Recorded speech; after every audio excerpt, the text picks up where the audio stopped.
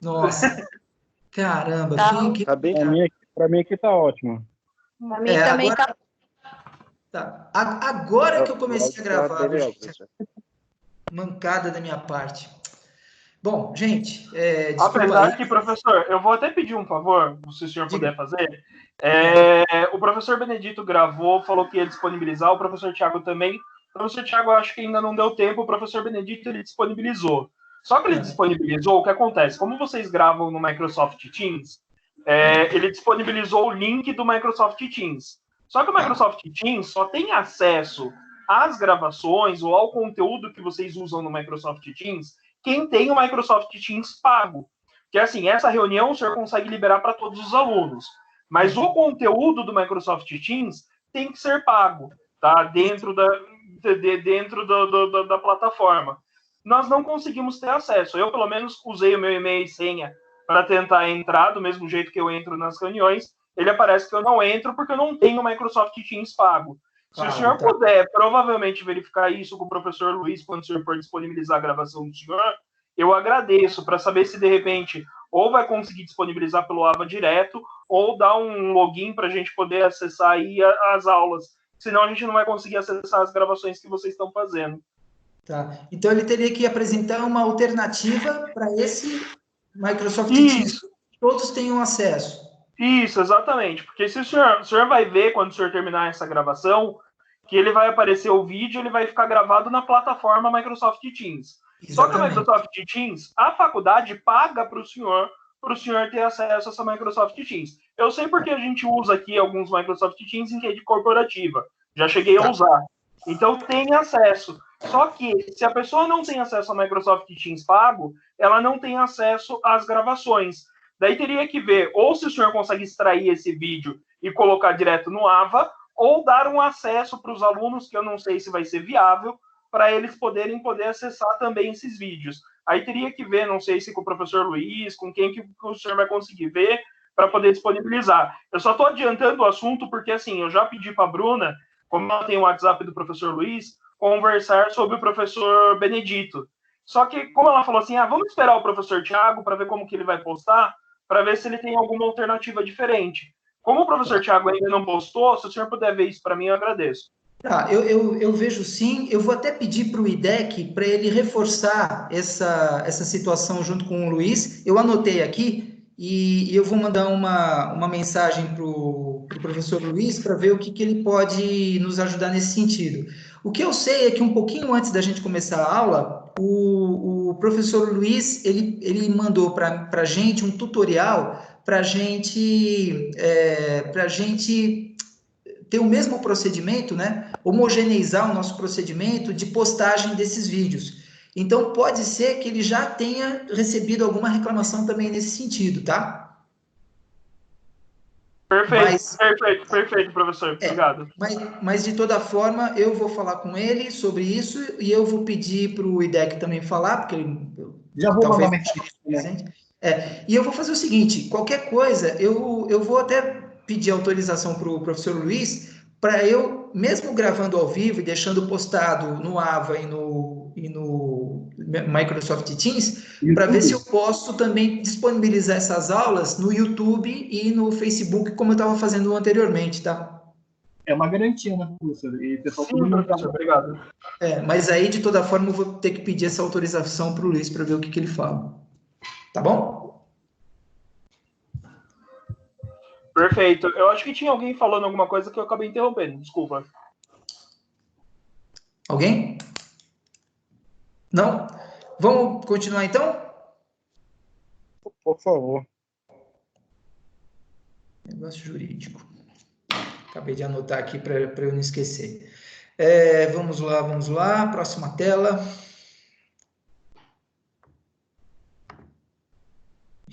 Peraí.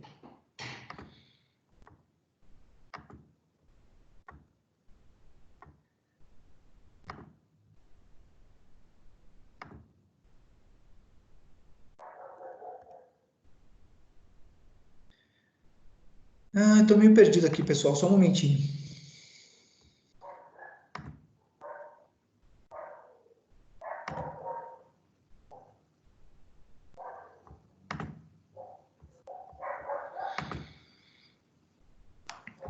Todo mundo vendo agora?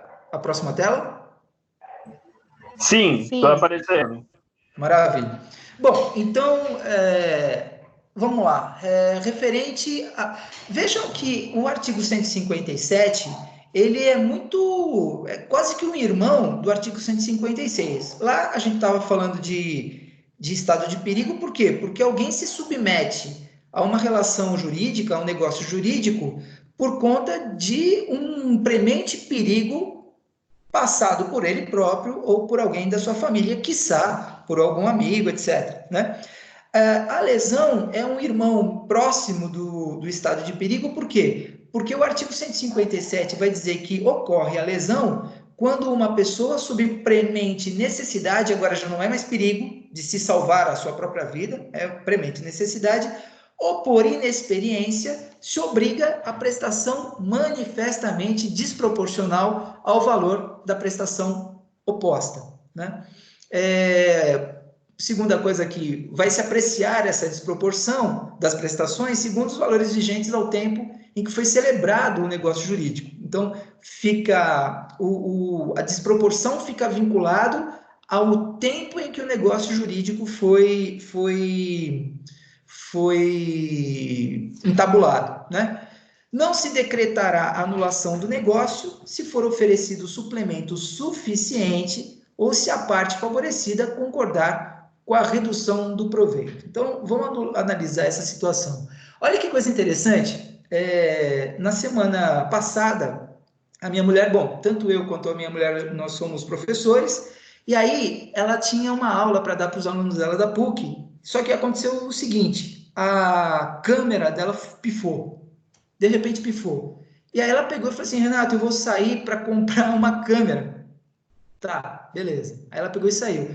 E aí o que acontece? Estava tudo fechado, e o único lugar que ela encontrou a tal da câmera, ela teve que pagar meio que uma pequena fortuna por aquela câmera. Primeiro que não era uma grande loja de conveniências, nada, não é uma calunga da vida e tal, era uma lojinha bem pequenininha, e quando ela apareceu lá para fazer a compra da tal da câmera, o cara que estava lá, falou assim, olha, é tanto, viu, senhora? E aí não tinha preço no objeto, não tinha preço no produto, não tinha uma tabela na loja, ou seja, o cara fez para ela o preço que ele quis, absolutamente unilateral, né? E aí ela não pensou duas vezes, caramba, agora são 11 horas da manhã e eu tenho que entrar em sala de aula com essa câmera a 1 hora da tarde. O que ela fez? Ela pagou o preço. Veja que eu estou falando de uma situação atual, semana passada, que tem tudo a ver com o artigo 157, ou seja, ela se submeteu a uma prestação totalmente desproporcional, porque aquela câmera que ela trouxe, se valesse, sei lá, uns 50 conto, era demais, ainda era caro. E ela pagou 200 conto na câmera. Claro que é. Só que é o seguinte, Renato, eu precisava da câmera. Eu tinha necessidade de comprar aquela câmera, porque ou eu comprava a câmera ou não teria aula. Então ela se submeteu àquilo. Se ela quiser, ela pode entrar eventualmente procurar o juizado especial civil, quando as atividades jurisdicionais voltarem à normalidade em São Paulo, ela pode procurar e tentar anular aquela compra. Mas veja, anular aquela compra, ou pelo menos o quê? Tentar reduzir o valor que ela pagou, se a outra parte concordar.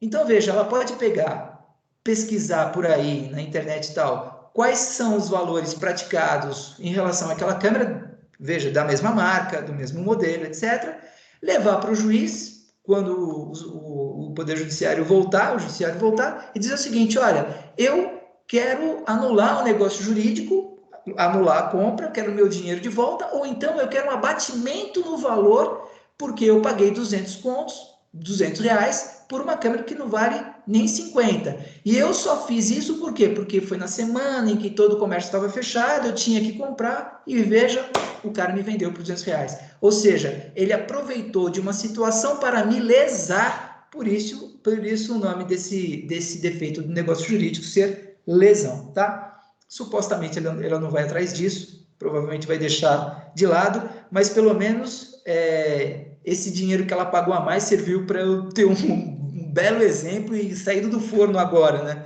para exemplo de lesão, tá? Uma outra situação, agora não voltaria. Professor, só uma pergunta, se caracteriza isso. Hoje mesmo eu estava vendo uma reportagem que a Casa Civil da Bahia tinha comprado da China 600 máscaras respiradores artificiais. Só que daí o que aconteceu? Chegou no aeroporto dos Estados Unidos, a carga ficou lá, e daí ela foi notificada pelos chineses que as máscaras não vão vir mais para o Brasil. E daí até na reportagem está falando que existem muitos fornecimentos que a China estava fazendo para outros países, que ela está cancelando esses fornecimentos e mandando para os Estados Unidos, porque os Estados Unidos está pagando um valor muito mais alto. Seria mais ou menos isso em relação à lesão, né? Só que falando macro. Nesse caso, assim, aí precisaria ver se eles estavam fornecendo essas máscaras para o Brasil com um contrato já fechado, ou se quer dizer, se o contrato de importação dessas máscaras já estava concretizado, né? Ou se então eles mandaram para o Brasil um lote correspondente a um contrato e depois, sem outros contratos pactuados, as demais máscaras eles passaram a vender para os Estados Unidos. Então, aí eu tenho duas situações. Na primeira situação, eu tenho sim a caracterização da lesão, mas eu tenho mais do que isso, né? Eu tenho, na realidade, um negócio jurídico perfeito que deixou de ser cumprido pela outra parte, né? E aquele objeto que era, aqueles produtos que eram objeto de um contrato já firmado com o Brasil, eles simplesmente descumpriram o contrato e mandaram para os Estados Unidos porque eles estavam pagando mais. Nesse caso, não seria propriamente um defeito do negócio jurídico na espécie lesão, seria descumprimento de contrato, efetivamente. Tá? Que na realidade eu acho que é assim, desculpa interrompendo, que assim, o que eu acho, pelo que eu estava lendo na matéria, porque o Estado não tinha ainda pago para a China essas máscaras. Tanto que está na matéria que eles vão procurar outros fornecedores agora para conseguir esses suprimentos. Mas acredito por estado de emergência, eles devem ter feito o pedido e eu acho que numa promessa de pagamento quando eu receber esse material. Que é o que eu acho que eles vão se embasar, os chineses devem se embasar nisso, né? A partir do momento que nem foi pago, eles simplesmente desalocaram aquilo que estava para vir para o Brasil e deixaram nos Estados Unidos.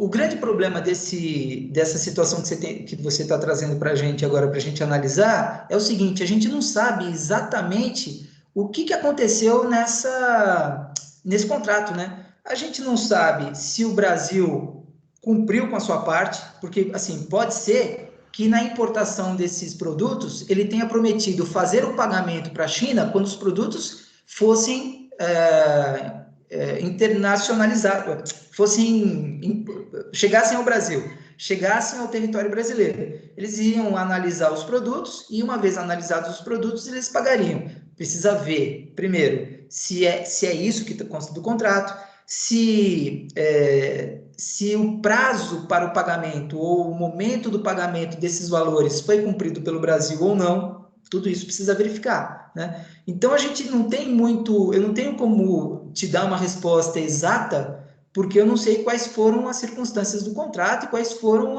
os pactos feitos nesse contrato. Agora, o que a gente pode imaginar, se o Brasil paga do jeito que deveria ter, conforme combinado, e a entrega é feita, você tem um contrato, um negócio jurídico perfeito estabelecido naquele lote, ponto.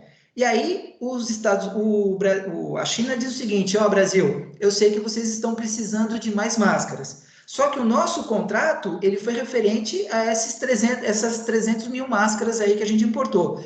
Vocês querem mais? Aí veja, o Brasil pode dizer, sim, queremos mais. Só que a gente vai precisar fazer um novo contrato, só que eu só vou poder fazer o pagamento desse valor. Aí a China diz o seguinte, só que é o seguinte, eu tenho um valor bem melhor sendo oferecido pelos Estados Unidos. Então, esse que é o grande problema, porque assim, se o contrato está pactuado e eles não entregam, em que pese o Brasil tenha cumprido a sua parte do pagamento conforme pactuado, aí eu tenho um descumprimento do negócio jurídico. Eu vou precisar ver qual é a cláusula penal estabelecida pelo não cumprimento por parte da China. Ponto. Pode ser que tenha acontecido de que o contrato de importação referente àquelas máscaras era de pagar, sei lá, não sei, 300 mil reais por 300 mil máscaras, não sei. E aí a China entregou as máscaras, o Brasil pagou por essas 300 mil máscaras, requereu mais, só que a China disse o seguinte, bom, como é um novo contrato, vocês têm que me pagar agora R$ 2 por máscara. Por quê? Porque é exatamente isso que os Estados Unidos estão me oferecendo. Se vocês não me pagarem R$ 2 por máscara, eu prefiro vender então para os Estados Unidos, porque eles estão me pagando o dobro. E veja, o governo chinês, sei lá, a exportadora da China, ela tem todo o direito de fazer isso. Ela não está negando socorro para ninguém, e não é nenhum estado de necessidade nesse caso. Por quê? Porque tanto os brasileiros estão necessitando, quanto os americanos estão necessitando, né? Então, o que envolve aí não seria propriamente nem estado de perigo, nem lesão, nesse segundo exemplo que eu estou dando. É simplesmente negociando. A gente vai oferecer para quem está precisando. Só que eu posso oferecer para quem está precisando que me pague menos, e eu posso oferecer para quem está precisando que me pague mais. A relação jurídica, inclusive, é outra, até por envolver direitos internacionais, né? Quer dizer, o exportador de lá, ele está vinculado não ao Código Civil brasileiro, mas aos acordos internacionais e tratados internacionais vinculados ao direito privado, né? Aí precisa verificar o que o tratado e o acordo internacional normatiza entre os estados, né, brasileiro e chinês, relativo a uma situação de excepcionalidade, que é essa que a gente está passando agora, né? Então, realmente não é possível te dar uma resposta muito precisa em relação a esse exemplo que você me suscitou aqui, tá? Perfeito, obrigado, professor. Tá bom? Quer ver professor, só um minutinho, até o Carlos Leandro aqui. Fala para o senhor, tem como o senhor deixar um horário para pergunta, só para pergunta e esclarecimento? Porque senão, se nós ficarmos entrando em assuntos aleatórios, acaba que atrasando a aula, né? Não, tudo bem. Porque assim, como eu particularmente, eu prefiro que vocês intervenham na hora que eu estou tratando o assunto, porque eu acho que vocês podem montar o quebra-cabeça melhor. Mas se vocês preferirem deixar as perguntas para depois, eu acho que até o Tiago faz isso, alguns professores, por mim tudo bem. Se você anotem do lado as questões e depois a gente resolve, a gente faz elucida as uma carninha agora para fazer a carne, a sopa, não tinha lembrado. Oi, fala, Emily. Eu não escutei o que você falou, Emily. Acho que ela entrou com o microfone aberto, o professor foi isso. Daí então saiu o áudio externo, porque ela acabou de colocar o microfone no mudo. Então tá bom. Vamos lá, então. Então, vamos continuando aqui. Sem problema. Vamos continuar aqui. Agora, uma situação, o exemplo que eu dei lá da minha mulher em relação à câmera foi um estado de necessidade. Ela precisava comprar a câmera e comprou por 200 conto uma câmera que ela podia pagar R$50, né? Agora, olha uma situação de inexperiência, e eu me vejo muitas vezes nessa situação, inclusive, que é o seguinte, imagine uma pessoa de uma zona rural, né? Um fazendeiro, um agricultor. O cara tem muito dinheiro, ele manja tudo de plantação, de gado, do voltado à pecuária, agricultura, ele manja de tudo. Só que ele é um agricultor meio que empresário, um cara muito cheio de dinheiro, etc. Aí o que ele faz? O computador dele, que ele faz lá os controles, ele só sabe mexer no Excel e no Word. Eu estou dizendo isso porque eu poderia ser esse cara. Eu só não tenho o dinheiro que ele tem, mas eu poderia ser esse cara, porque eu não entendo nada de internet. Aí ele vai lá numa loja qualquer, especializada em computadores, e ele diz o seguinte, olha, preciso comprar um computador e eu preciso mexer no Word e no Excel. É só o que eu preciso.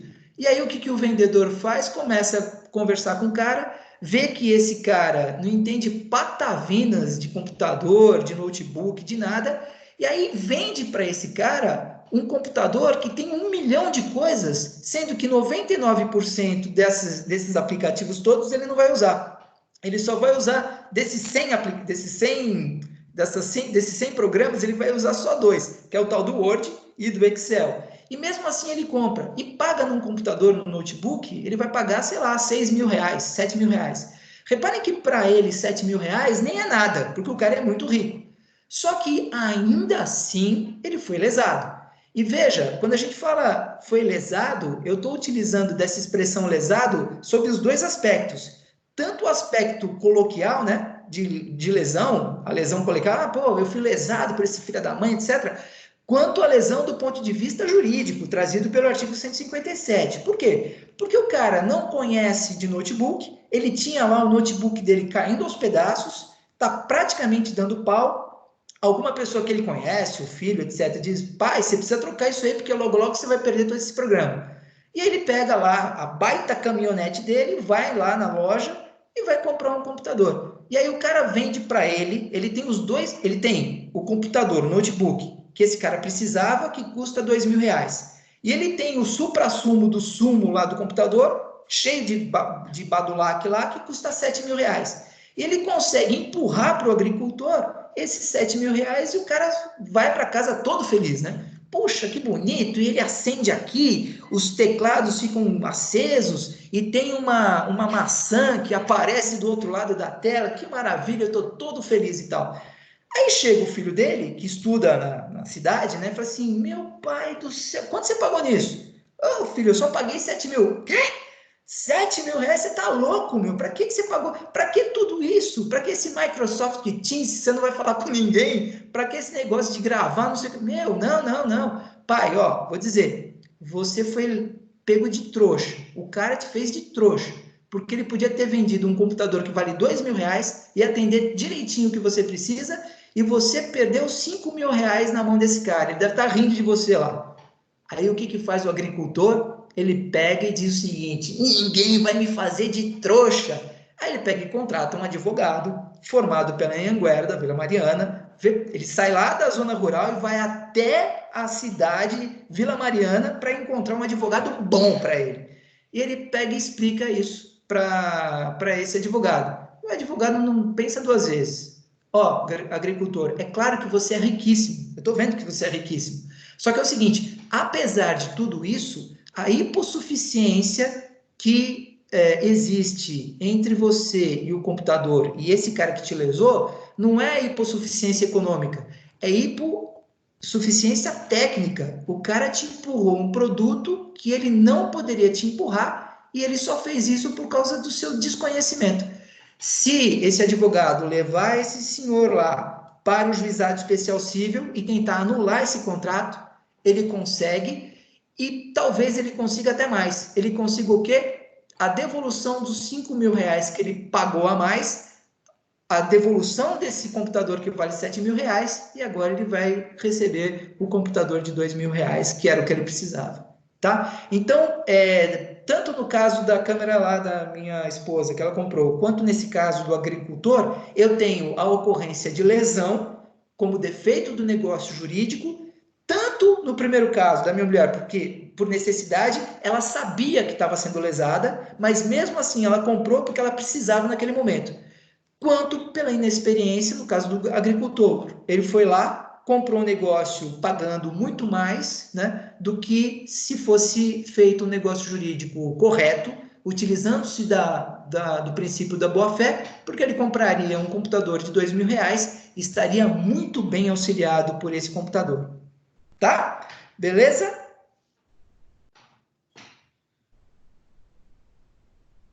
Alguém aí? Professor, Diga. Daiane, Diga. eu tenho uma dúvida Diga. em relação nesse último tópico aí, de não se decretará a anulação do negócio se for oferecido suplemento suficiente. Se puder, sim. eu não entendi muito bem.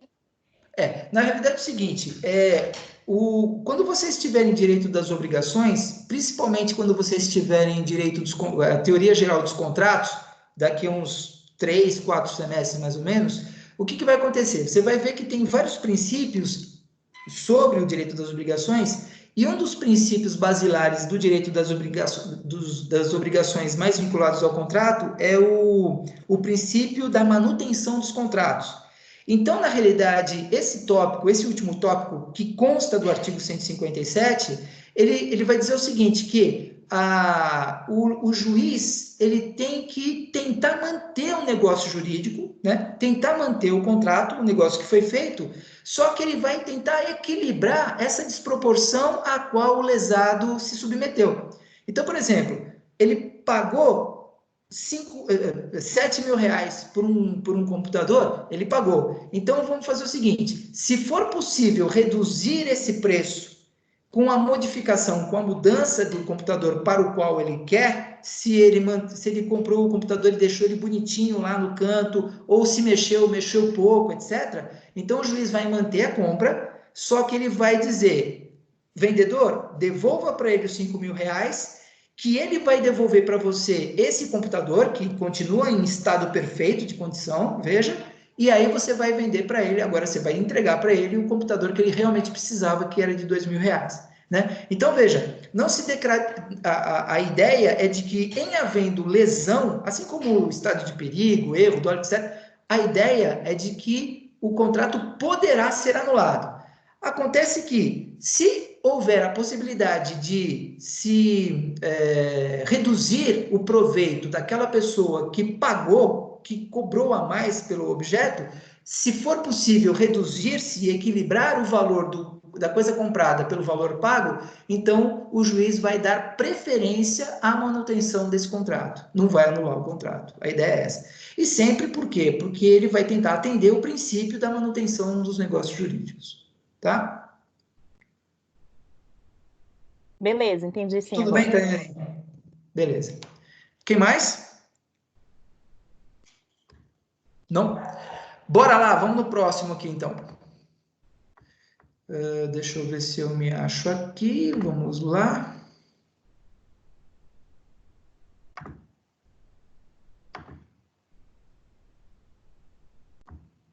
Só um momentinho, essa lesão já falei.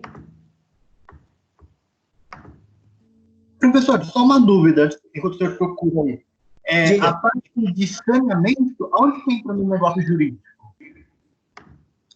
A parte do quê? Saneamento. Saneamento? Isso. Peraí, só um momentinho. Peraí.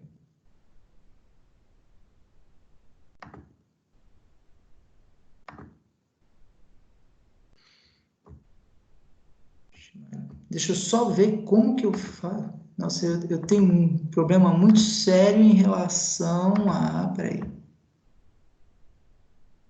Fala de contra credores. Tá, agora me achei. Repete, Deck, desculpa.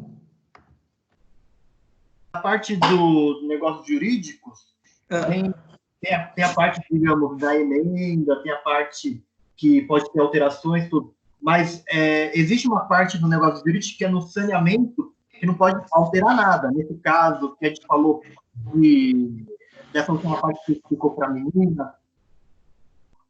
Saneamento, eu não sei, porque assim, eu vejo saneamento do processo.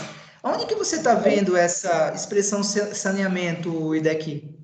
Foi numa questão do AVA, uma das últimas que eu deixei marcado. Tá, você tem ela aí?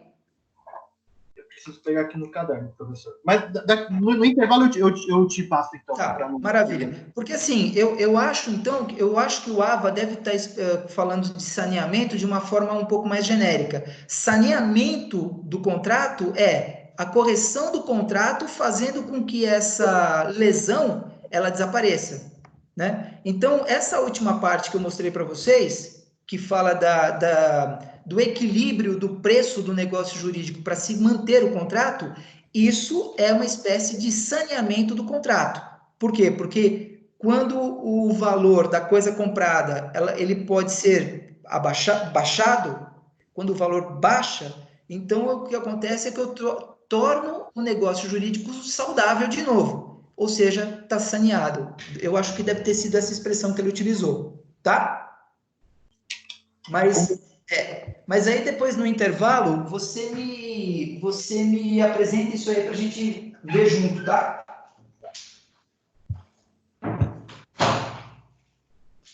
Fechei a porta aqui porque está vindo barulho lá do outro lado da casa, não estou escutando. Que horas são agora, gente? 8h15. 8h15. 8h15. Deixa eu perguntar uma coisa para vocês. Vocês querem fazer um intervalo ou a gente pode ir direto? Melhor ir Por direto. mim, pode ir direto. Pode ir direto, professor. Alguém prefere fazer intervalo? Pode se manifestar. Não! Não. Eu falei só para se manifestar quem quiser fazer intervalo. Ninguém. Tá. Então, se alguém quiser ir no intervalo, fala. Não. Tá, já ouvi. Já entendi. Então, Não, vamos eu quero direto, tomar vai. minha cerveja depois. Puta, você tinha que falar essa palavra mágica agora? Já está todo mundo trancado em casa, pode seguir. Eu duvido que não tenha já alguém aí tomando cerveja. Duvido. Bora lá. Fraude contra credores. Só depois. Só depois? Maravilha. Assim que eu gosto. Gente que sabe a responsabilidade que tem. Bom, vamos lá. Agora, nós vamos... Bom, quando a gente falou de coação, doação não, erro,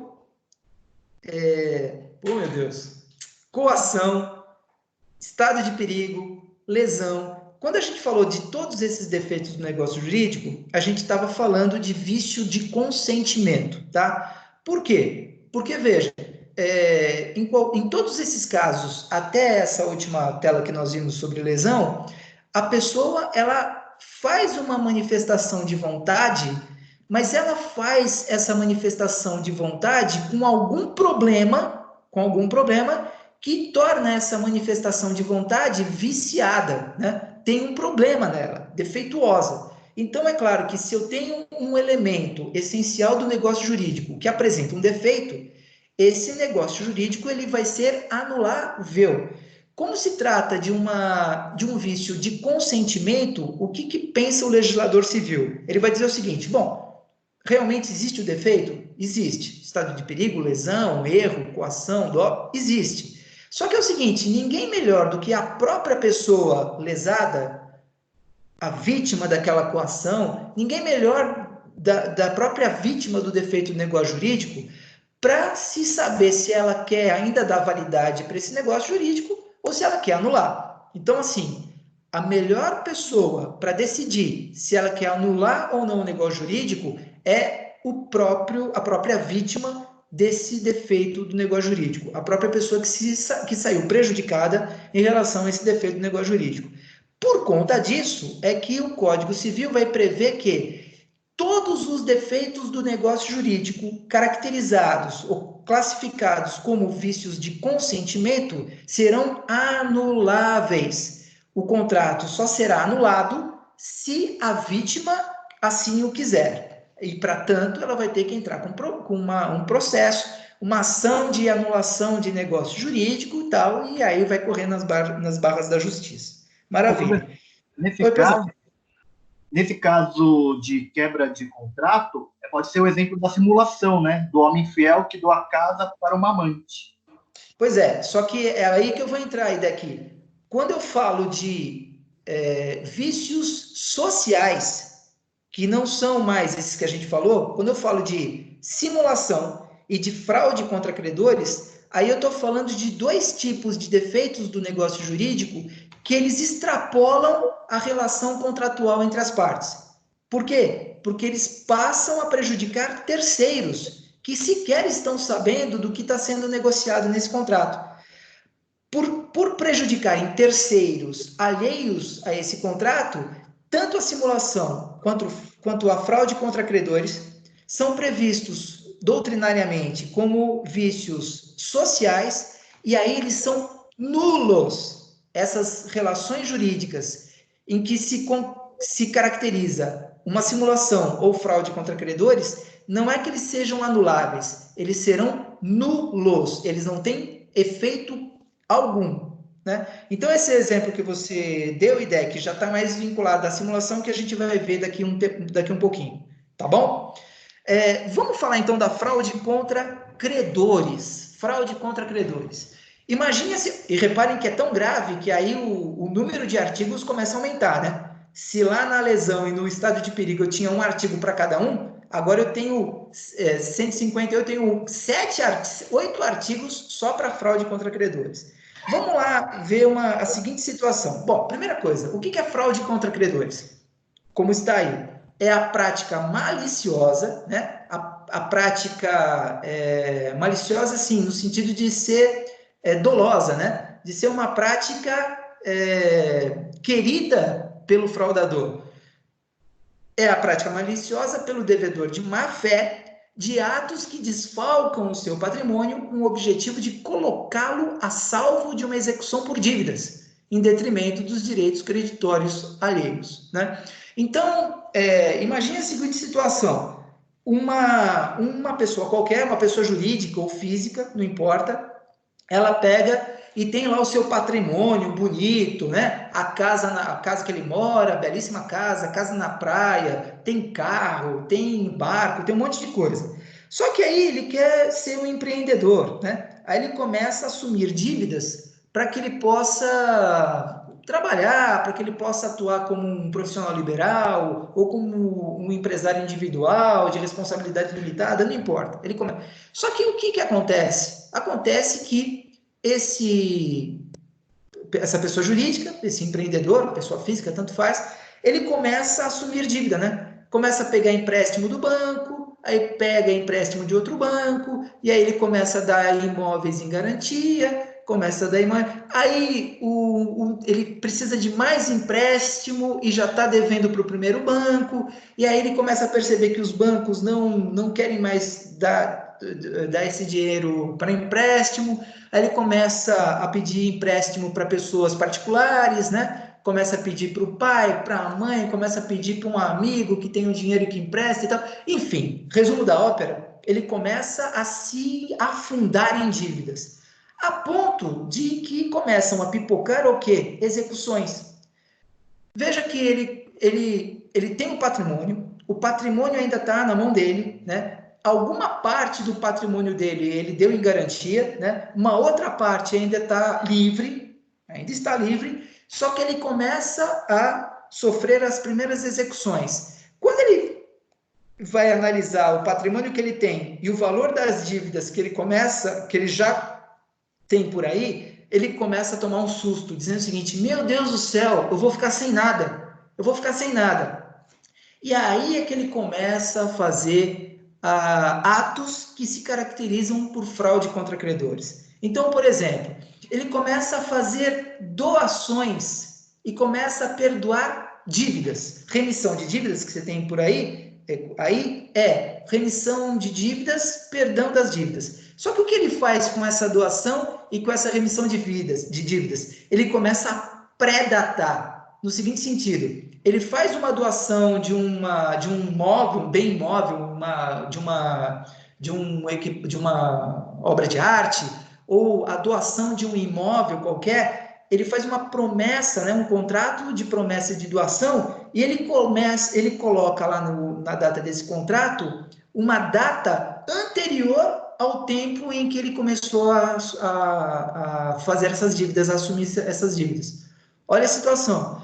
Outra coisa, ele faz uma venda de um bem a um parente próximo ou a um amigo, por exemplo, né? Só que é o seguinte, ele faz a contratação, ele estabelece o contrato de uma compra e venda, só que o que está acontecendo, na verdade, é que ele está pegando esse parente próximo, esse amigo, como laranja. Ou seja, não tem compra e venda nenhuma. É um título oneroso? Sim. É um contrato oneroso? Sim. Mas, na realidade, essa pessoa que está, entre aspas, né, comprando esse imóvel desse devedor, ela sabe muito bem que é só para tirar o patrimônio, esses imóveis do patrimônio do devedor, para que os credores futuramente tentem a execução e não encontrem mais nada. Olha a situação, né? Que mais? Ele faz pagamento antecipado de dívidas a credor quirografário. Credor quirografário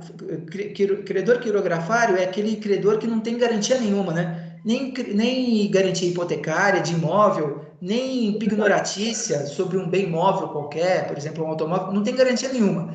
Aí esse devedor, ele pega e paga antecipadamente para esse cara, sei lá, 50 mil reais, e não havia nenhuma garantia que esse cara viesse executar o devedor com algum bem imóvel ou imóvel.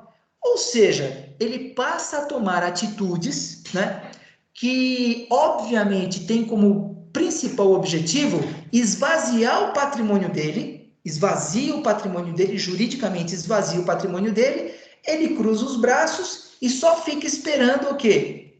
As execuções. Esperando as execuções.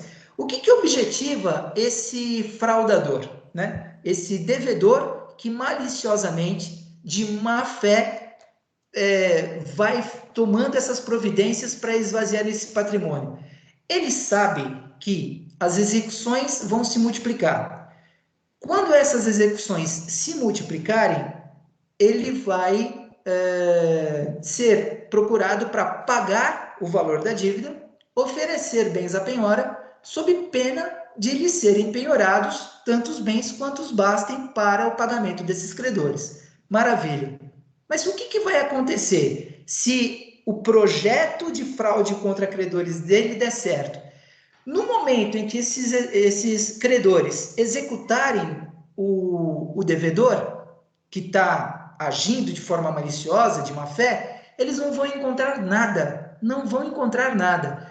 Ou seja, eles vão pedir para pagar, ele não vai pagar porque ele nem tem dinheiro nenhum. A única coisa que ele reservou para ele foi a casa que ele mora, que é bem de família e é empenhorado. Olha só que esperto que o cara é. E aí, quando esses credores buscam outros bens, simplesmente ele não tem. Eles buscam dinheiro nos bancos, através do convênio Bacenjur, não encontram nada. Pesquisam a Arispe para ver se tem algum bem no nome dele, não tem absolutamente nada. E tudo porque ele começa a se desfazer desses negócios, a ponto de, quando ele for procurado para execução, nada é encontrado. O que acontece? Essas várias execuções se tornam uma só ação, que é a ação de declaração de insolvência. Esses credores todos passam a agir em conjunto contra esse devedor. Esse devedor vai ficar lá uns 4 anos sofrendo essa ação, até que chega um momento em que o juiz diz o seguinte: bom, esse cara não tem dinheiro nenhum, então eu vou dar uma carta de crédito para todos esses credores, tá? Para que eles fiquem com uma declaração de crédito, e quando esse devedor tiver algum patrimônio, então aí qualquer um desses credores poderá executá-lo. Tudo bem? Tudo bem. Só que esse fraudador malaco, ele vai ficar segurando essa situação fraudulenta durante o tempo necessário para ele se reabilitar. O que acontece? Esses devedores todos vão ficar por 5 anos com esses créditos. Depois que foi declarada a insolvência desse credor, ou eventualmente a falência, se for uma pessoa jurídica empresarial, 5 anos depois, o que acontece com esses créditos? Todos esses créditos prescrevem. Eles simplesmente prescrevem. E aí o que acontece? O devedor ele pode pedir a reabilitação da sua situação de insolvência. O juiz, verificando as circunstâncias todas, pode o reabilitar, e se ele tiver muita sorte, o que vai acontecer? O juiz o reabilita, ele dá um tempinho e aí ele pega todo esse patrimônio que estava na mão desses vários laranjas e volta para ele. Olha a situação. Esse devedor, ele tenta buscar a sorte, ele tenta ter a sorte disso tudo acontecer. A chance dele conseguir isso é pequena, mas o não ele já tem. Ele vai tentar acontecer isso. O que vai acontecer muito provavelmente é que esses credores que têm essas dívidas todas prescritas, eles vão ficar fiscalizando esse devedor, tá? Eles disseram, bom, as nossas dívidas estão prescritas, mas a gente vai fiscalizar esse devedor. E aí, se eles fiscalizarem bem, e ainda mais hoje com esse cruzamento de informações graças à internet, na hora que esse devedor passar a receber todo esse patrimônio que estava em mãos alheias, qualquer credor que já tenha a sua dívida prescrita pode entrar com o que a gente chama de ação pauliana, que a gente vai ver na próxima tela. Essa ação pauliana, ou essa ação revocatória, tem justamente o objetivo de pegar esse fraudador no flagra e fazer com que o juiz declare absolutamente nulo todas essas relações jurídicas fraudulentas às quais ele se envolveu, muitas simuladas, que é a situação que a gente vai ver a seguir. Ele vai simplesmente declarar a nulidade e vai pegar todo esse patrimônio que tentou ser escondido dos seus credores. O juiz vai fazer isso na ação pauliana, vai pegar todos esses bens e vai colocar à disposição do juiz, do próprio Poder Judiciário, para que depois eles possam eventualmente ser levados a leilão ou à praça, para depois serem pagos os seus credores. Olha que situação, gente. Olha que situação, tá? Deixa eu só... eu vou só mostrar para vocês a próxima tela. Eu acho que vocês já estão seguindo aí, mas é só para eu mostrar. Olha só. Deixa eu ver aqui. Próxima tela. Peraí. Professor, pode falar, Idec. o prazo redacional para o jurídico... Opa, tá picotando demais a sua ligação, Idec. Não, no caso, o prazo para anulação de negócio jurídico, quando a pretensão é do próprio contratante, é de 4 anos, correto? A regra geral é de que seja 5 anos, tá? O prazo decadencial e o prazo prescricional. Eu, sinceramente, eu não vou, sem consultar o código, não vou saber te dizer exatamente qual que é o prazo para essa situação específica, tá? Mas o código responde isso para a gente. Agora, se você está falando 4 anos, eu acho que você pesquisou, né? É que foi uma do AVA que falava que, contando do dia que ele foi celebrado, são 4 anos. Aí você comentou agora 5 anos para carta de crédito? Para carta de... Você comentou agora para os devedores, são 5 anos, né? Eu falei que são 5 anos, mas pode ser um prazo diferente. Eu falei sem muita certeza de que seja 5 anos, tá? Cara, eu não estou conseguindo... E aí, o prazo que eles deram lá é de 4 anos, é isso? 4 anos. 4 anos? Então, tudo bem, 4 anos. Errei por 1. Deixa eu só procurar outra tela aqui, só um momentinho.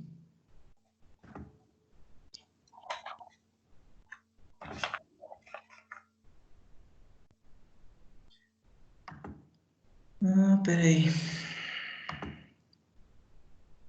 Eu não sei porque às vezes eu consigo entrar na tela e às vezes eu não consigo. Acho que agora eu consegui. Fraude contra credores. Aqui.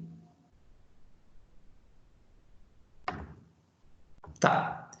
Então, olha o que eu tinha falado lá da ação pauliana. Ó, os negócios havidos em fraude contra credores, eles são nulos. Então, não é que são anuláveis.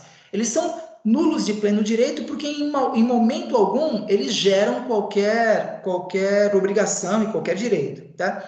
Só que essa nulidade, ela tem que ser declarada judicialmente, tá? Tem que ser publicada e declarada judicialmente. E aí a ação que faz a declaração dessas relações negociais nulas por conta da fraude contra credores é o que a gente chama de ação revocatória ou ação pauliana, tá? Bom, essa ação pauliana, que vocês vão estudar depois em processo civil, elas têm alguns pressupostos para ter validade e poder ser procedente depois. Então, olha só, primeiro, o crédito do autor, ele deve ser anterior ao ato fraudulento. Por que isso? Porque, veja, se o crédito for posterior ao ato fraudulento, na realidade, o auto não é fraudulento. Simplesmente não é. Por quê? Porque o ato seria legal. Então, veja, na época em que o credor era solvente, ele poderia praticar os atos que ele pudesse praticar, né? Poderia doar, poderia vender a um preço menor do que o mercado, poderia fazer uma alternativa dele. Só que, se o crédito do autor é anterior a esse negócio jurídico, aí caracteriza a fraude contra credores. Por quê? Porque é claro que o devedor já deveria ter consciência, a lei prevê que a presunção é de que ele teria que ter consciência de que ele não poderia fazer esses atos porque poderiam prejudicar terceiros, tá? Reparem só que quando se fala de negócios jurídicos anuláveis, são negócios jurídicos que efetivamente venham a prejudicar os credores. Então, por exemplo, pode ser que o devedor esteja em estado de insolvência já efetivada, ainda não declarada, mas já, do ponto de vista fático, estabelecida. Nada impede que ele faça a venda de um imóvel e essa venda desse imóvel seja totalmente legal. Agora, vai ser legal à medida de que ele venda o imóvel pelo preço de mercado, pegue esse valor e não faça com que esse valor saia da sua propriedade. Então, veja, se ficar caracterizado uma venda de um imóvel pelo preço legal, pelo preço normal do mercado, que o mercado pratique, então esse negócio não será anulado. Por quê? Porque ele não prejudica credores, já que se substituir um bem por dinheiro, e esse dinheiro é um valor correspondente ao que o mercado atua. Agora, é muito diferente ele fazer uma venda de um imóvel que vale 500 mil reais e ele pegar como valor dessa venda 150 mil, 200 mil reais. Aí é óbvio que essa diferença de 300 mil reais, obviamente que é prejudicial aos credores, tá? O segundo pressuposto aqui deve haver a intenção de fraudar, presumida pela consciência do estado de insolvência. Esse pressuposto da ação pauliana é um pressuposto bastante polêmico, em que pese não muito aplicável. Porque, veja, a lei vai dizer o seguinte: para que o negócio jurídico seja nulo, é necessário que o devedor tenha a intenção de fraudar. Quer dizer, ele está praticando um ato jurídico intencionalmente para prejudicar os seus credores. A pergunta que se faz como é que a gente entra na cabeça do devedor para saber se ele está fazendo isso intencionalmente ou não? Bom, a presunção é de que ele tem que, no mínimo, saber que ele está devendo para Deus e o mundo, né? Se ele faz uma doação para alguém de um bem que vai sair do seu patrimônio e não vai entrar nada, o caso de uma doação gratuita, né, a chamada doação tradicional, é claro que ele devedor, sabe conscientemente, mesmo que não expresse isso, saiba de que ele está fraudando seus devedores, porque ele também tem que ter consciência de que ele está devendo para várias pessoas, e essas pessoas, mais cedo ou mais tarde, vão entrar com uma execução, caso ele não pague de forma voluntária, né? Então, esse segundo item também é importante como pressuposto da ação pauliana. Terceiro pressuposto essa ação pauliana, ela pode ser intentada contra o devedor insolvente, primeiro, geralmente é o que acontece, contra as pessoas com quem ele estipulou a fraude ou contra terceiro adquirente de má-fé. O que quer falar o artigo 161 aí? É o seguinte, quem que é o terceiro de má-fé? O terceiro de má-fé é aquela pessoa que está comprando o imóvel por preço vil, né? E ele sabe que o vendedor está fazendo esse negócio, por quê? Porque ele quer prejudicar os seus credores. Então, assim, ele quer se desfazer do imóvel. Para ele se desfazer rapidamente do imóvel, ele vende a qualquer valor, um valor bem abaixo do mercado, né?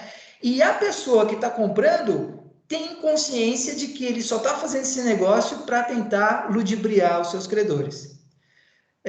O artigo 161 e a ação pauliana, né, as normas que envolvem a ação pauliana, ela é muito clara nesse sentido, mas o que é difícil é provar que o terceiro tinha consciência da má-fé do devedor, ou seja, que ele próprio, terceiro, também estava de má-fé, porque sabia que ele estava recebendo uma vantagem, considerando o prejuízo que os credores, que ele nem conhece, né, mas que os credores do vendedor estariam futuramente experimentando. Então, a ideia da ação pauliana é que ela também pode ser promovida não só contra o devedor, mas contra qualquer outra pessoa que tenha se locupletado indevidamente, ilegalmente, com o prejuízo desses credores, tá? E, finalmente, um dos pressupostos da ação pauliana é a prova da insolvência do devedor.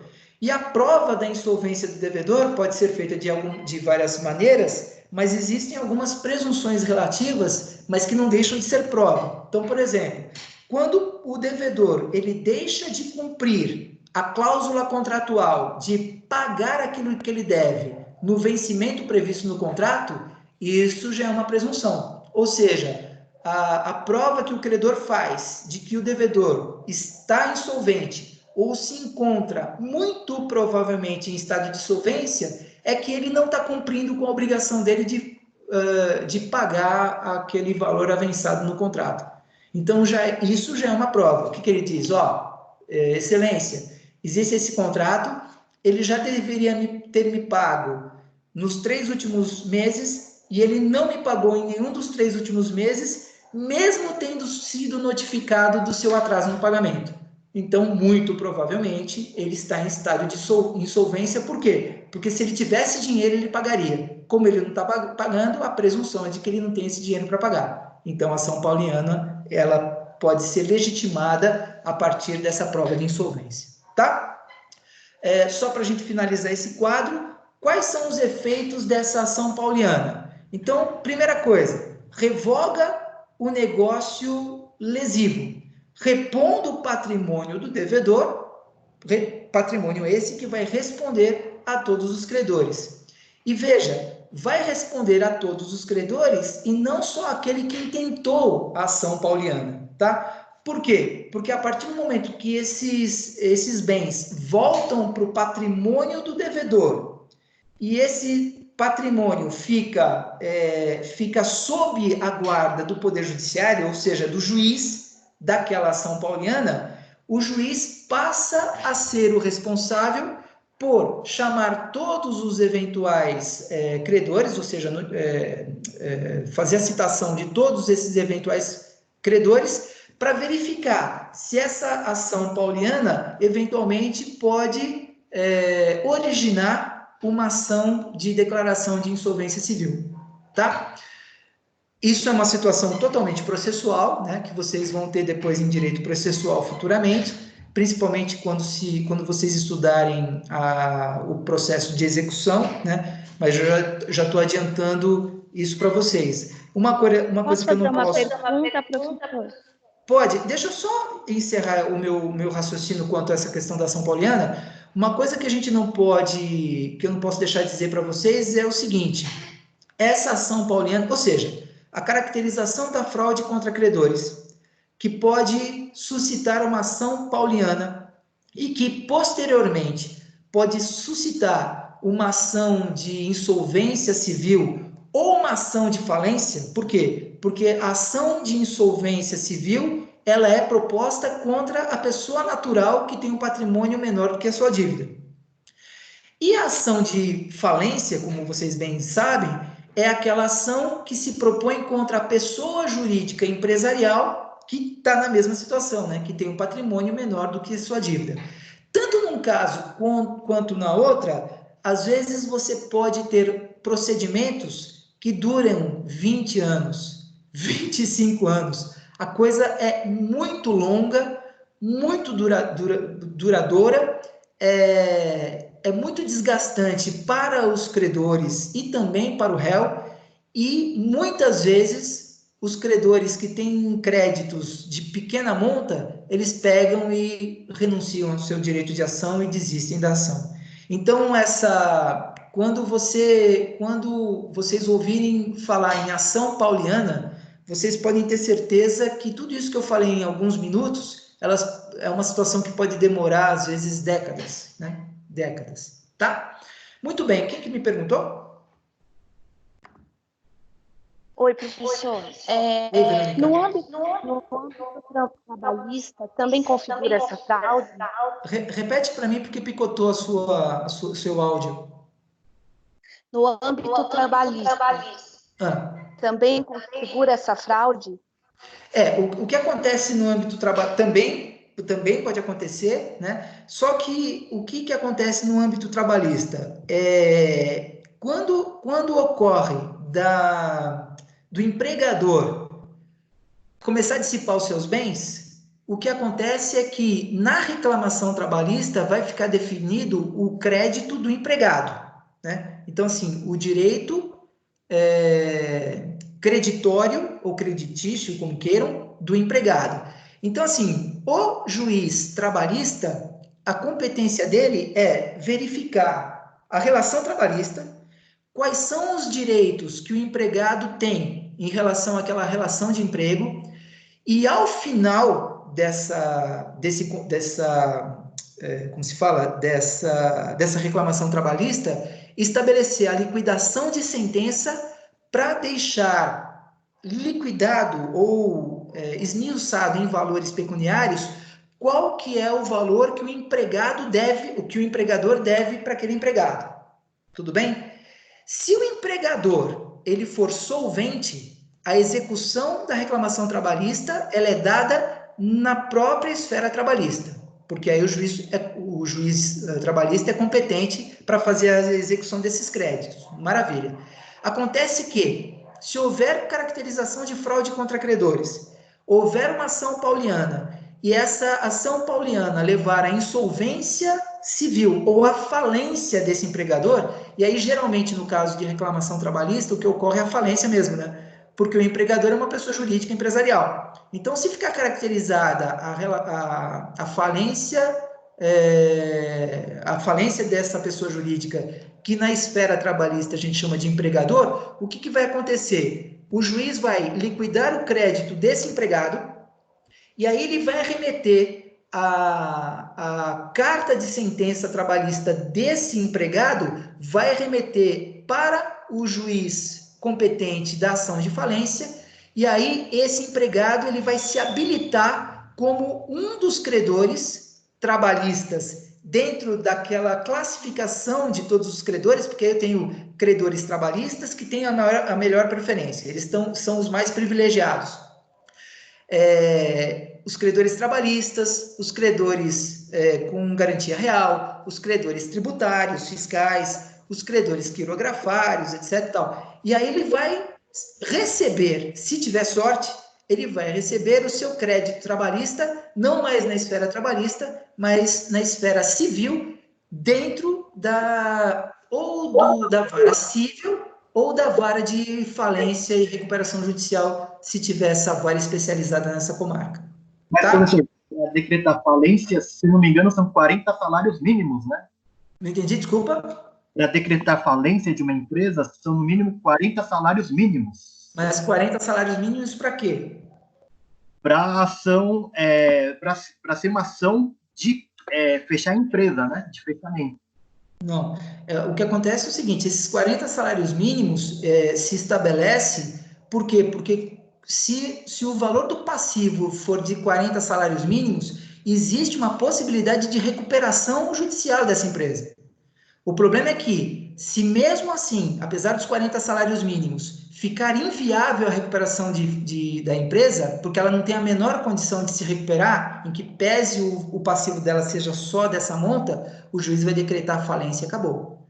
Então, assim, esses 40 salários mínimos é um dos critérios para que a empresa consiga a recuperação judicial. Mas se ela não apresentar outros fatores que, junto com esse, deem a esperança de que ela possa se recuperar judicialmente, então o juiz vai decretar a falência mesmo, tá? Não tem muito o que fazer. É muito complicada essa situação de falência, mas o que acontece na maioria das vezes é que os credores, eles recebem uma parte do seu crédito, os credores trabalhistas, tá? Eles recebem uma parte dos seus créditos trabalhistas, aí sim entra os 40 salários mínimos, depois os outros credores vão receber as suas partes, e só se ainda sobrar algum patrimônio é que os credores trabalhistas voltam a tentar receber o residual. Caso contrário, eles não vão receber todo o residual, não. Tá? Obrigada. Beleza, gente? Então, tá bom. Mais alguma coisa, gente? Se alguém tiver que fazer alguma pergunta referente à fraude contra credores, pode fazer agora, que a gente vai passar para a simulação agora, tá?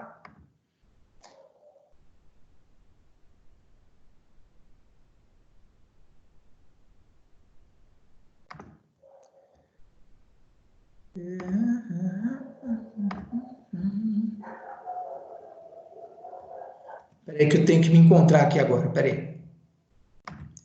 Eu entro aqui, entro por aqui, faço isso, simulação, agora sim. Maravilha. Vamos para a simulação, então? Vamos lá. Simulação é a outra espécie de defeito de negócio jurídico na espécie vício social. O que é simulação? E aí eu tenho 2 artigos regulando isso. Declaração bilateral enganosa da vontade, visando produzir efeito diverso do ostensivamente indicado, com o escopo de prejudicar terceiro que ignora o fato. Por isso é um vício social, pois envolve e prejudica terceiros e é também um negócio nulo. Negócio simulado também é um negócio nulo.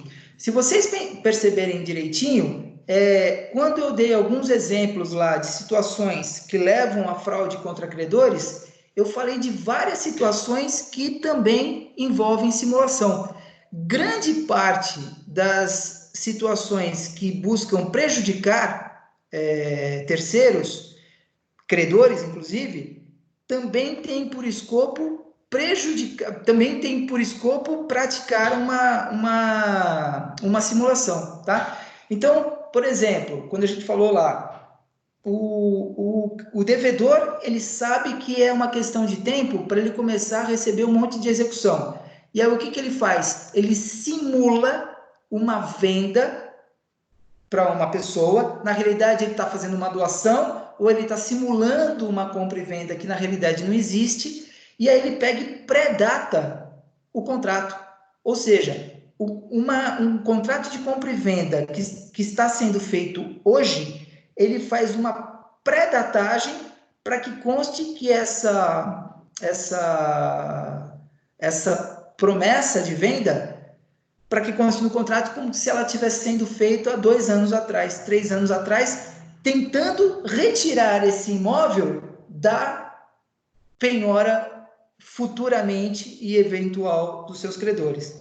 Essa é uma simulação que se caracteriza, tá? Então veja que a simulação ela é muitas vezes feita para auxiliar a fraude contra credores. Fraude contra credores e a simulação, elas se casam para tentar prejudicar terceiros, né?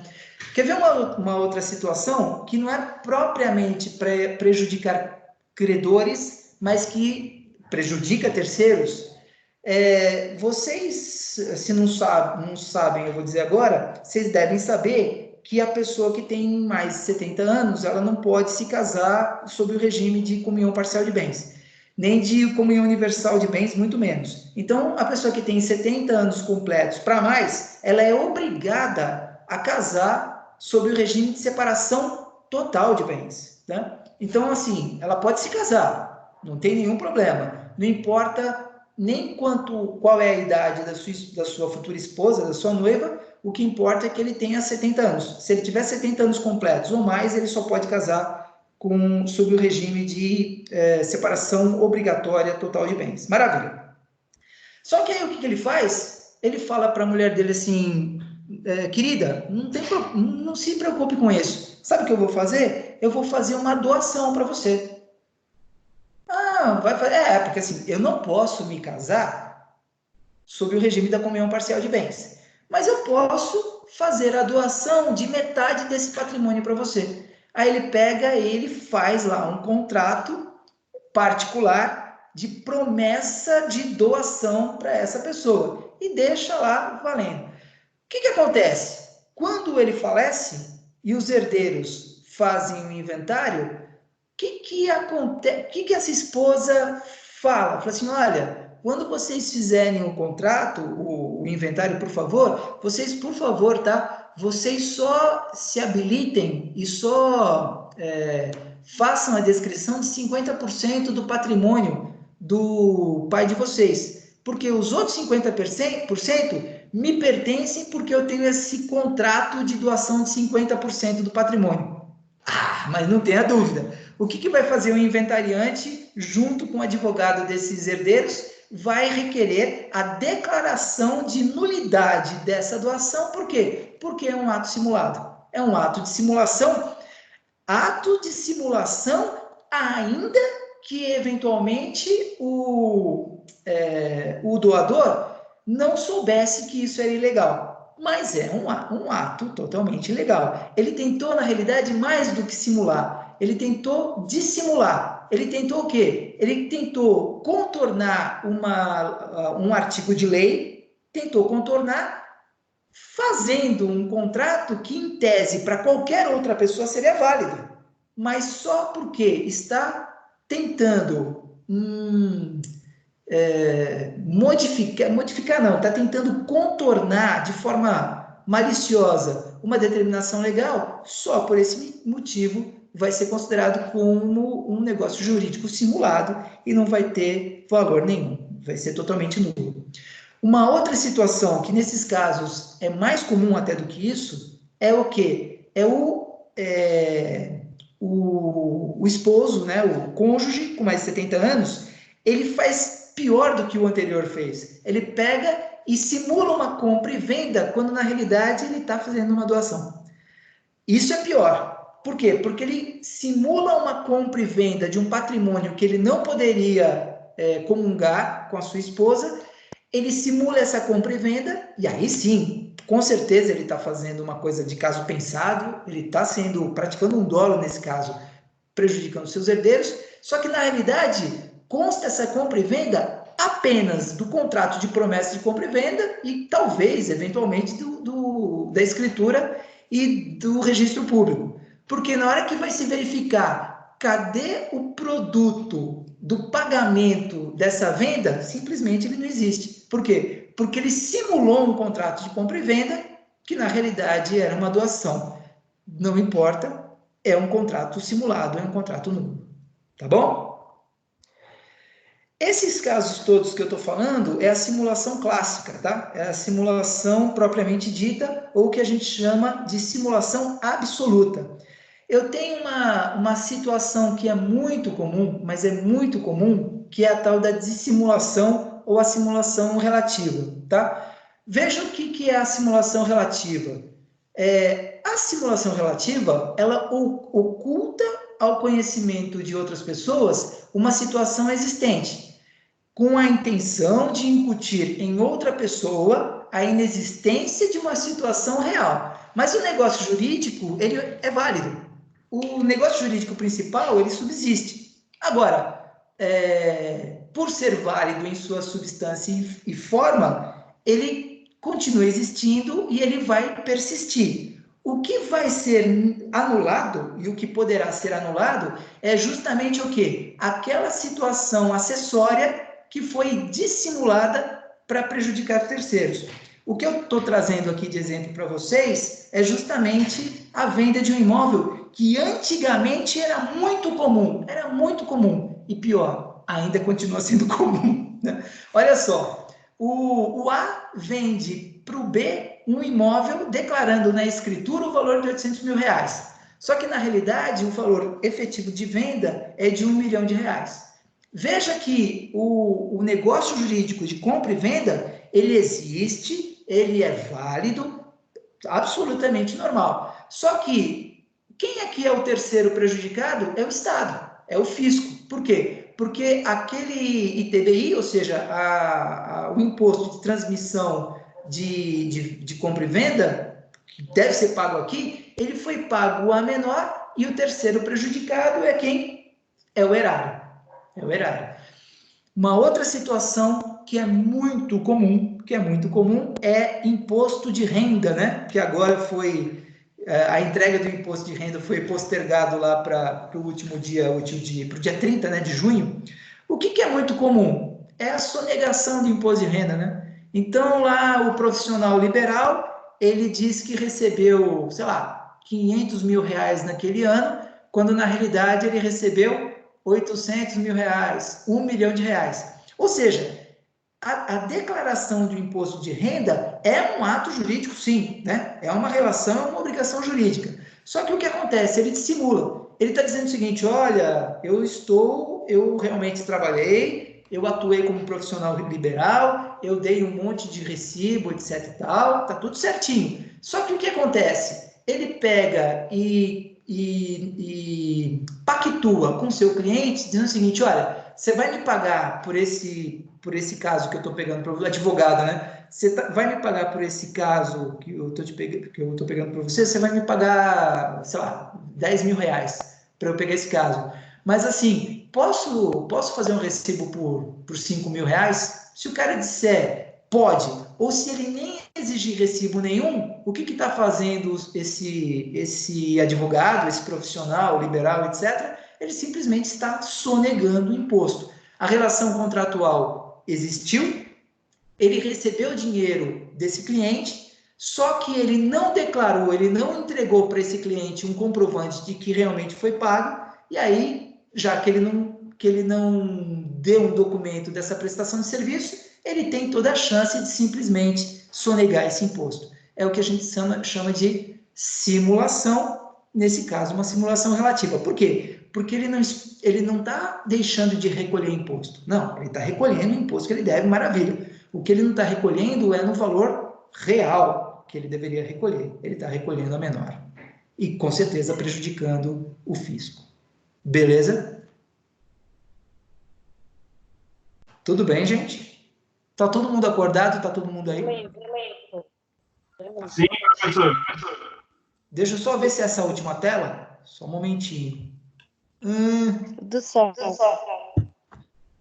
Na realidade, nós temos só mais uma telinha aqui, mas eu só coloquei essa tela, que é o artigo 167, que fala sobre o negócio jurídico simulado. Na realidade, é só o artigo de lei que normatiza tudo isso que a gente acabou de falar.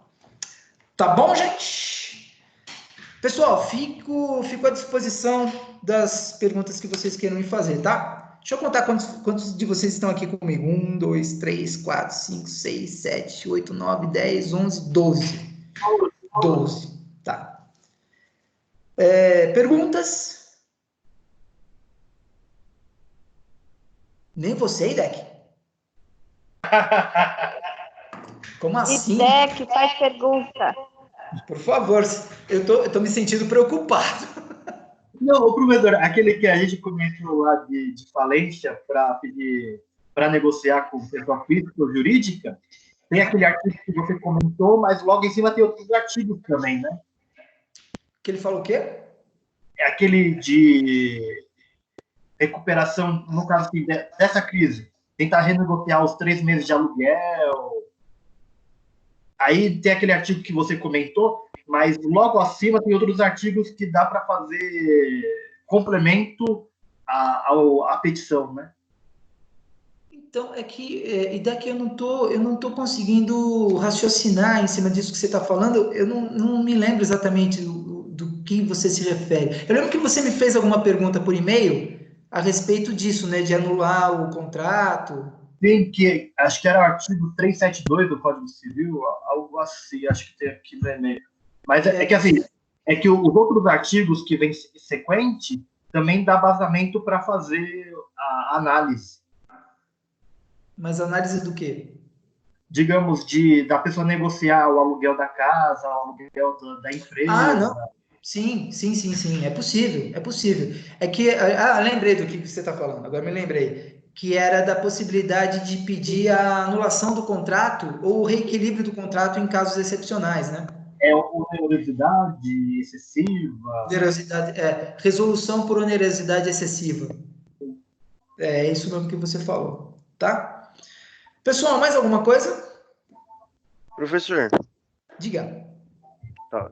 Fala, Lucas. Na parte da ligação entre fraude contra credores e a simulação, né, do que seria isso, eu coloquei aqui de uma forma que eu conseguisse entender de forma rápida, que assim, a doação de bens, ela seria como uma simulação, num exemplo, a doação de bens para evitar uma execução. A doação de bens, nesse caso, seria a simulação. E aí, a fim de evitar a execução seria a fraude contra o credor. É mais ou menos essa a ideia mesmo?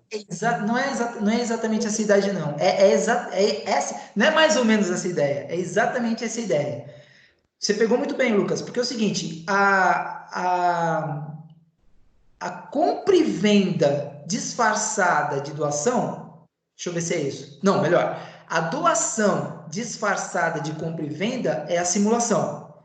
E aí, esse disfarce, quando ele é feito para prejudicar os credores que futuramente vão cobrar esse devedor, aí eu tenho a fraude contra credores. Por isso que eu falei da casadinha, Lucas. Porque assim, eles simulam um negócio jurídico para prejudicar credores. Então aí eu tenho a fraude contra credores estabelecida com elementos de simulação que vão embasar essa fraude contra credores, tá? Entendi. Beleza, professor, obrigado. Então, assim, isso que você escreveu está perfeito mesmo. Por isso que eu falei, né, que a simulação, pode prejudicar terceiros. Esses terceiros, no caso lá da doação disfarçada de compra e venda daquele cara que casou, vai prejudicar terceiros que são seus herdeiros.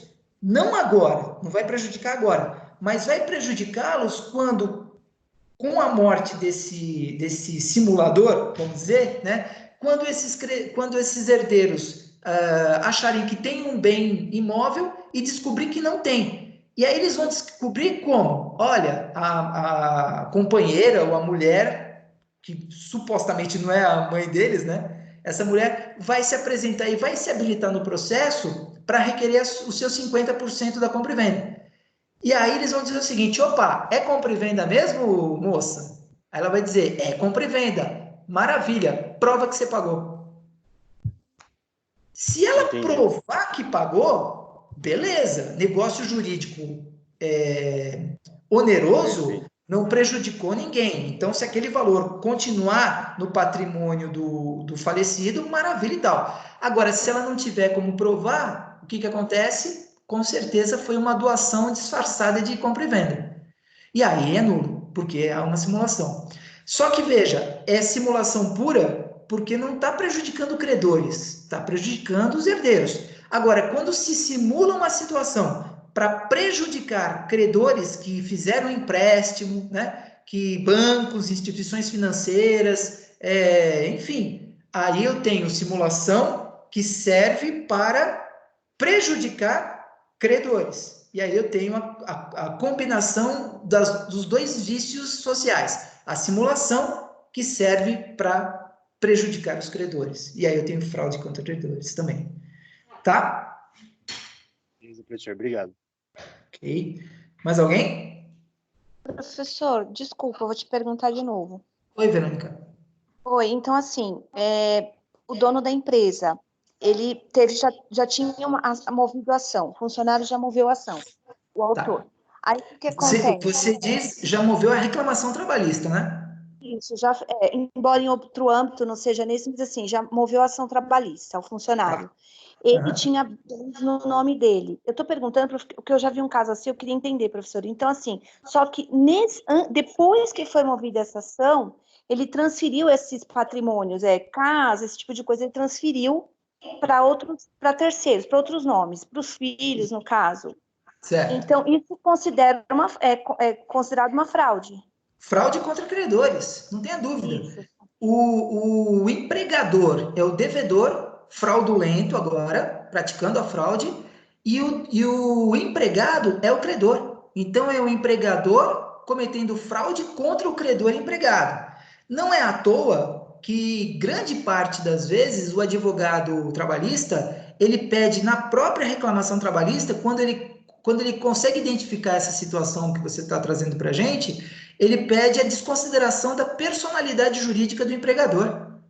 Por quê? Quando ele diz, empregador, juiz, por favor, verifica direitinho o que está acontecendo. Por quê? Porque eu identifiquei a alienação de bens a título oneroso ou gratuito, não importa, para terceiros, e esses terceiros são parentes próximos do devedor.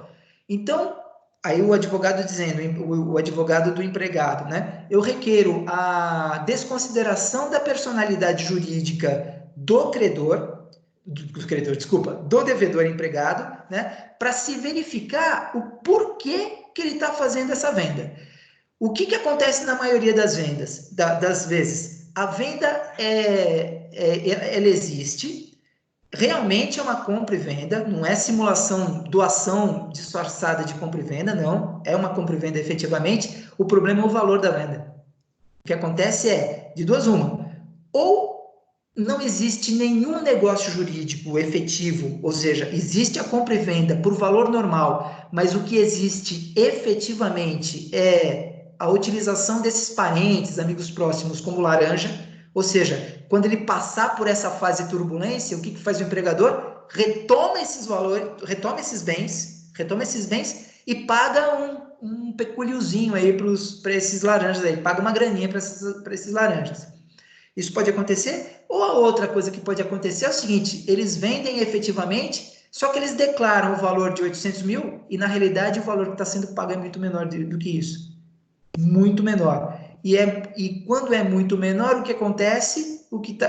Uma parte fica no patrimônio do devedor só para tentar disfarçar o mais perfeitamente possível, e outros 600 mil, 700 mil reais fica numa conta de um laranja qualquer, para quando essa turbulência passar, esse laranja devolve para o devedor empregador agora 600 mil reais e ainda fica com 100 mil de lambuja. É melhor você perder 100 mil do que perder todo o patrimônio numa reclamação trabalhista, né?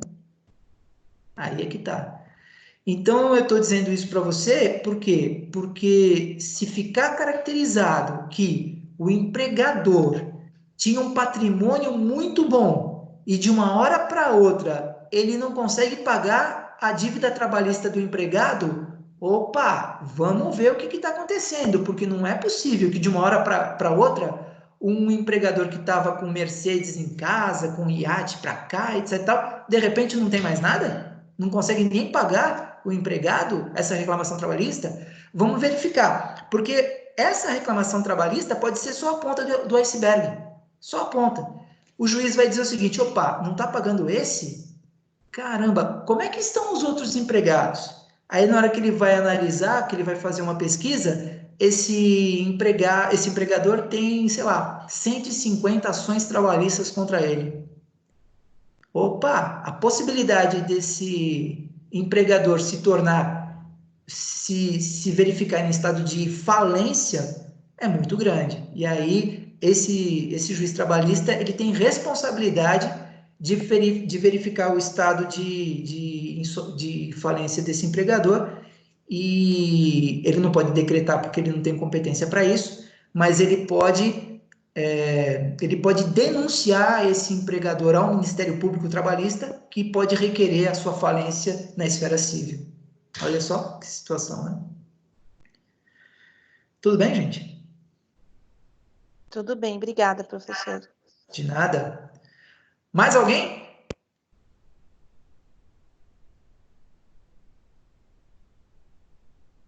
Cri, cri, cri. Simbora! Então tá bom. Legal. Bom, pessoal, então eu vou... Desculpem por eu ter... Ainda bem que o Vitor me avisou da gravação. Aquela nossa primeira telinha, eu realmente esqueci de gravar, mas depois a gravação está completa aí para vocês, e aí eu vou postar conforme as orientações do professor Luiz, e eu vou conversar com ele a respeito dessa situação da Microsoft Teams trazida pelo Vitor aí, essa dificuldade de acesso de vocês, tá bom? Professor, eu tenho uma pergunta. Oi, Tayane. Se você puder só dar uma recapitulada no primeiro tópico, que foi o estado de perigo. Foi o único que não ficou muito claro assim para mim. Se você puder só dar uma passada rapidinho de novo, com um exemplo prático. Posso retomar. O que eu posso, eu vou fazer o seguinte, eu retomo a parte do estado de perigo, então aí eu falando de novo sobre o estado de perigo, ele vai ficar gravado no final dessa aula, tá? Então assim, pessoal, quem não tiver nenhuma pergunta para fazer e quem quiser então se retirar da sala, pode se retirar. Bom final de semana para vocês, tá? Boa noite, bom descanso. E quem eventualmente quiser ficar na sala, obviamente, a gente está dentro do nosso horário ainda, eu vou retomar então aquela primeira parte. Quem eventualmente sair, então só se lembre que aquela primeira parte que eu esqueci de gravar vai ficar registrada na gravação, só que no final da nossa aula, tá bom? Boa noite, professor. Bom final de semana. Boa noite, gente. Até mais. Bom final de semana. Obrigado, viu? Vamos voltar lá. Deixa eu ver onde que eu estava.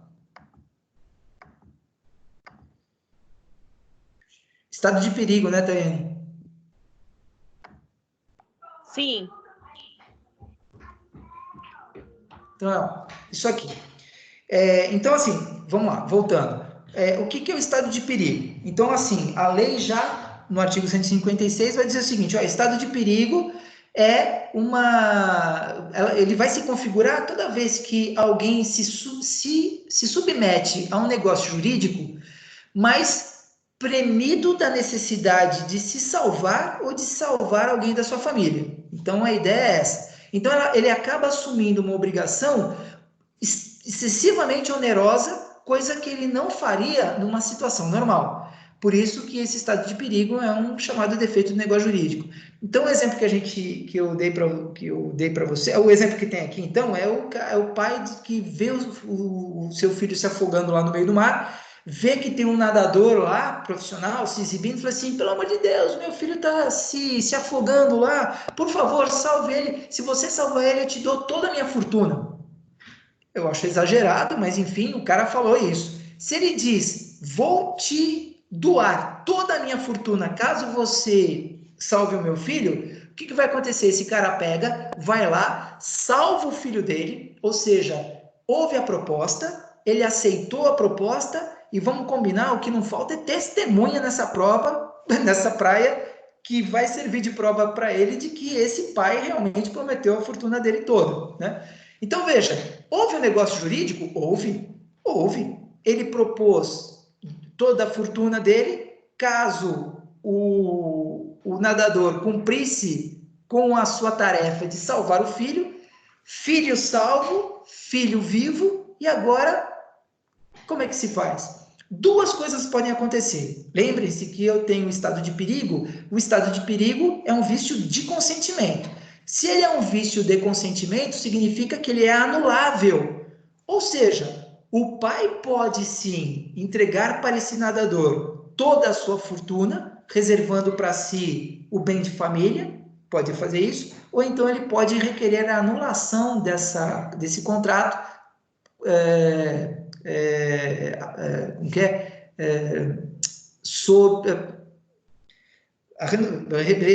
agora já me confundi. Ele pode requerer a anulação desse contrato suscitando o estado de perigo. Ele diz o seguinte: olha, juiz, realmente ele vai fazer isso, ação de anulação de negócio jurídico, ele vai fazer em juízo. Fala assim, juiz, olha, eu não me nego a fazer o pagamento de um valor bastante considerável para o nadador. Afinal, ele salvou o meu filho. Agora, toda a minha fortuna é demais. Eu, na realidade, eu estava completamente fora do meu estado normal, porque quando eu vi meu filho se afogando, eu poderia ter falado qualquer coisa. O que me veio à cabeça foi, vai lá, eu te dou toda a minha fortuna se você salvar. O juiz vai analisar o caso, muito provavelmente ele vai anular o negócio jurídico, mas ainda assim ele pode dizer o seguinte: olha, quanto que você pagaria para o nadador?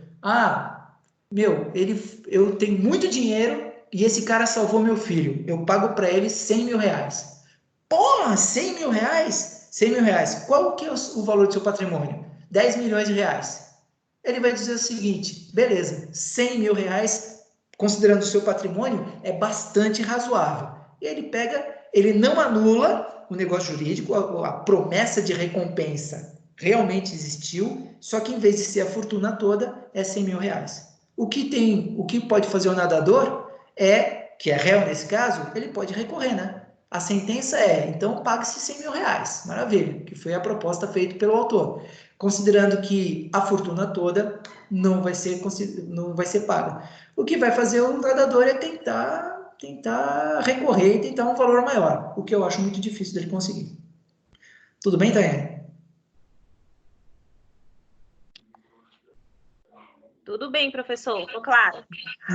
Não sei se eu respondi a sua dúvida, mas tentei. Sim, ficou claro para mim. Tá bom? Professor, boa noite. Diga. Uma duvidazinha referente à lesão. O senhor mencionou um exemplo do fazendeiro que ele não tinha tanta experiência com os computadores.